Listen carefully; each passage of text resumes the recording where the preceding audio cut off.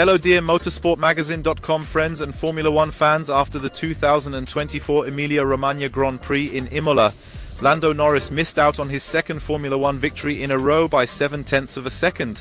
Instead, it was once again Max Verstappen who took his second victory in one day. After the virtual 24 hours at the Nürburgring, he then won the real Formula One race here in Imola. If you listen to it like that, Verstappen on pole converted into the lead, won relatively unchallenged. Yes, okay, 0.7 of a second, but that's what the history books are interested in. That's not what the statistics books are interested in. That's simply another Max Verstappen victory, but there is actually much more to it than that. Yes, it wasn't the big winner. We weren't expecting the big hit either. We were expecting an exciting race because the starting position was such that the teams were very, very close together and a lot could happen. Not much happened at first, but in the end it actually turned out to be a really, really exciting race. At the end of the first stint, Verstappen already had a lead of 6.5 seconds over Lando Norris. In the second stint, that did not look like much drama either. Verstappen's lead quietly melted away a little, but his lap times did not collapse. So it was a very strange race somehow. Yes, Max Verstappen had a bit of a problem lapping the other cars, but the race only really got going when Charles Leclerc made a mistake. How one is connected to the other, you may ask.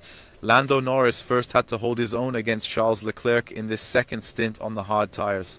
Charles Leclerc looked like he was clearly faster than the McLaren driver, and Norris was already under real pressure. But then Charles Leclerc made the mistake in the dirty air, drove straight variant outer once, and that was the starting signal for Lando Norris.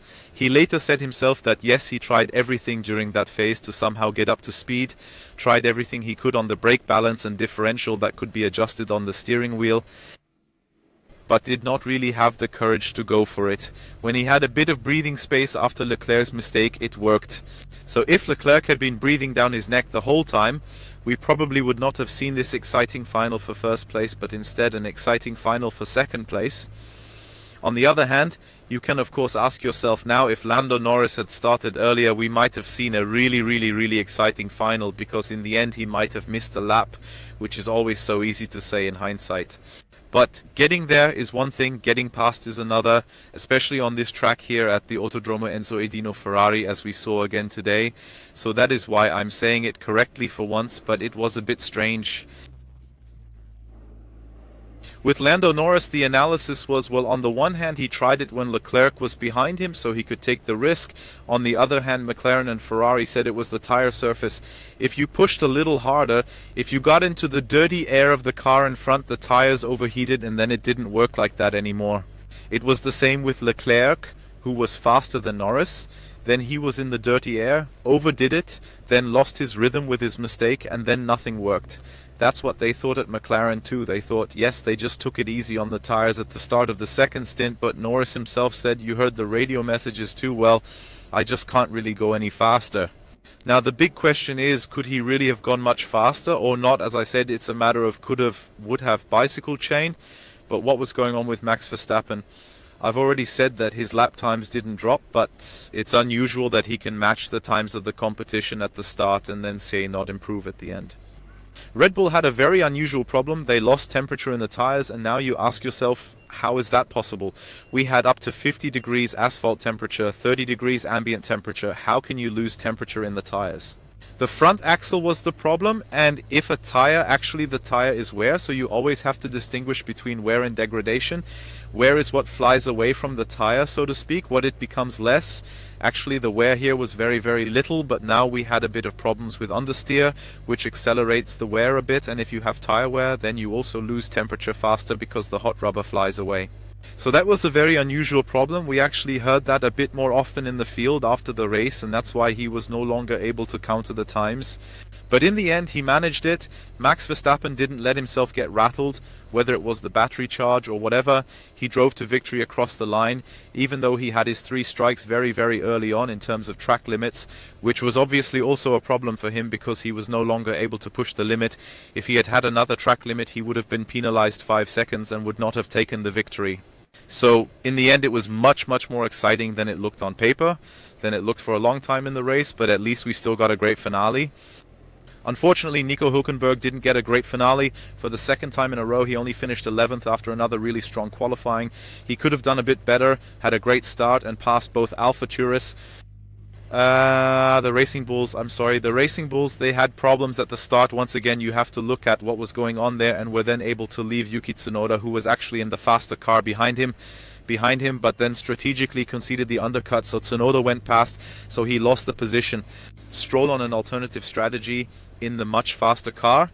He couldn't hold on to him in the end. The same applies to Sergio Perez, of course. He couldn't hold on to him either, which is why he unfortunately only finished 11th in the end. He says himself, well, if you hadn't conceded this undercut, he believes that they could have kept Tsunoda behind them. So strategically, it wasn't quite optimal for Haas, but you can see that things are moving forward if you can now always drive around 10th or 11th position under your own steam, which we probably wouldn't have expected before the season. The first stint also looked better than we've seen recently. He always had a lot of problems with a full tank. His race only really starts halfway through the race, but in this case it was quite good for him. Hopefully you're doing quite well with us too. We are looking for reinforcements in our video team at this point. We are looking for a video editor, i.e. someone who can edit these beautiful videos here, take out my voiceover, and someone who can strengthen our team in Graz. We have a small video studio there who can take care of the sound and images. Full-time in Graz, very important. We want you on site. If you don't have that much experience yet, we could also imagine you doing an internship. Take a look at the whole thing, all the information on jobs, Motorsport-Magazin.com. Let's move on from Nico Hülkenberg to Mercedes, and we don't have to go that far ahead. Mercedes is already a shadow of its former self. The top three teams, Red Bull, Ferrari and McLaren, completely out of reach. Russell and Hamilton finished 6th and 7th, but in reverse order, Hamilton ahead of Russell, and that's been an interesting story because Russell was called into the pits. Yes, why was he called into the pits? Just to set the fastest lap? Did he give up the position to Lewis Hamilton, or did he really have to pit? So Russell, he wanted to get that fastest lap, that extra point, but then he actually wanted the position back, which he gave up voluntarily.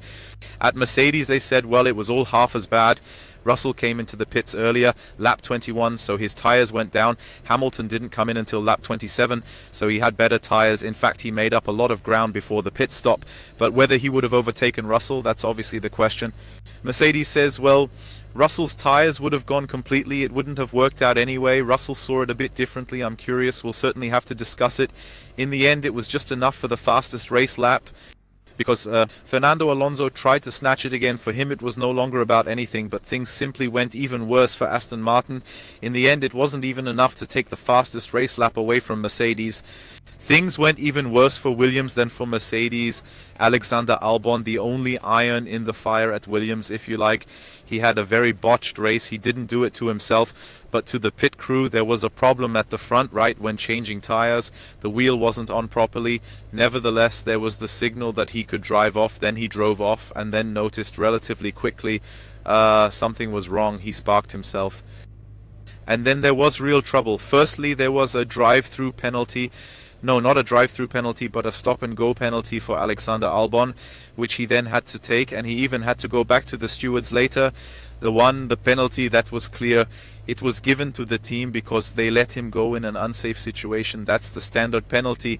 The FIA is very tricky for good reason. We'll talk about that in a moment. On the other hand, Albon didn't just stop, but rode the whole lap, so he could have flown off the bike. Dangerous, yes or no? The stewards had a bit of mercy, saying it wasn't quite so crystal clear. He was riding very slowly, and that's why they let him off for this story. But the whole thing is really tricky. We have to be careful. It always sounds like, well, my God, maybe we're being a bit too strict. That's racing. In Formula 2 today, we saw an incident during a pit stop where two wheels flew off. It was really dangerous. One wheel flew completely through the pit lane. We were lucky that nobody hit it. It was really, really close. People were defending themselves a bit. Of course, it's no good if a colossus like that flies around. So it's a very, very dangerous story that ended happily in both cases, in Formula 2 and also in Formula 1. But of course, it shouldn't happen again, and that's why there are these harsh penalties. That's it for now from Imola. Now I'm looking forward to seeing you. Now it's your turn. Hashtag AskAVD. You can ask our expert Christian Danner questions again for our beautiful AVD Motorsport magazine with Christian Danner, which is available after every race weekend. So ask a question under this video, under the hashtag mentioned, and then subscribe to the channel and don't miss the video in the next few days. And then we'll see you on the one hand with Christian Danner for the magazine, and then again next week in Monaco.